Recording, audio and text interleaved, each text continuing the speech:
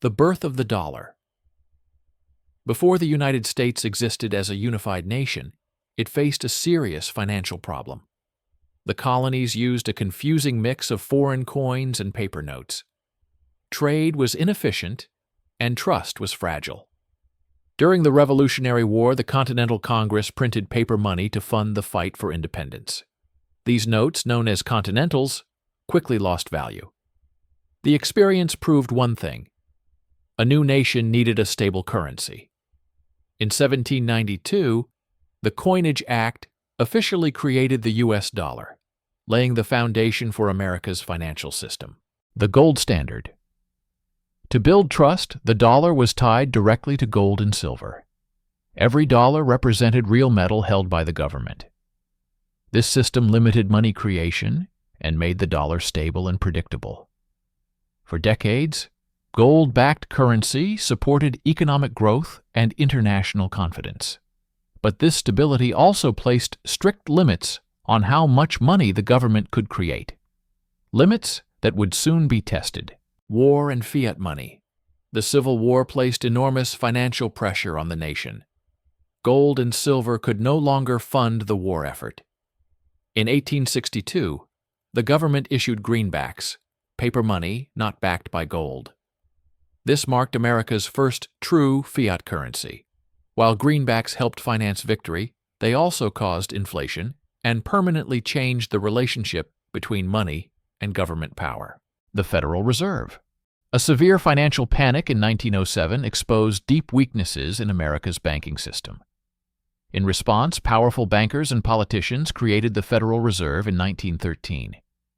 The Fed gained the ability to control interest rates, credit, and the money supply, transforming the dollar into a powerful economic tool.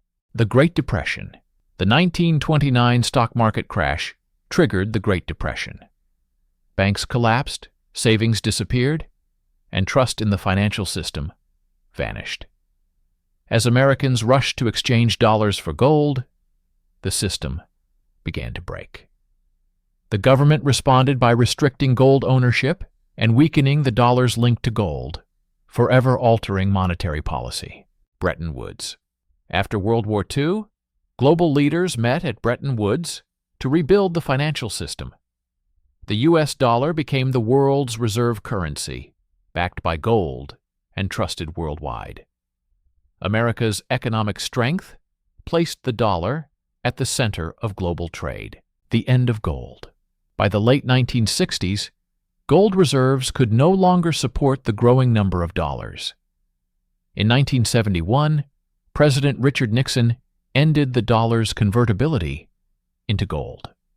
The dollar became pure fiat currency, backed only by government authority and global confidence. The petrodollar. To maintain global demand, the U.S. tied the dollar to oil.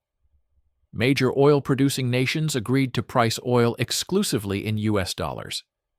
This petrodollar system ensured global demand for the dollar, even without gold. Crises and global power. By the 1990s, the dollar dominated global finance, but easy credit fueled massive bubbles. In 2008, the global financial system nearly collapsed. The crisis revealed how deeply the world depended on the U.S. dollar. The dollar today. Today, the dollar remains dominant, but faces new challenges. Rising debt, digital currencies, and geopolitical shifts raise questions about the future. The dollar has survived every major crisis so far. Whether it will continue to dominate remains one of the most important questions in global finance.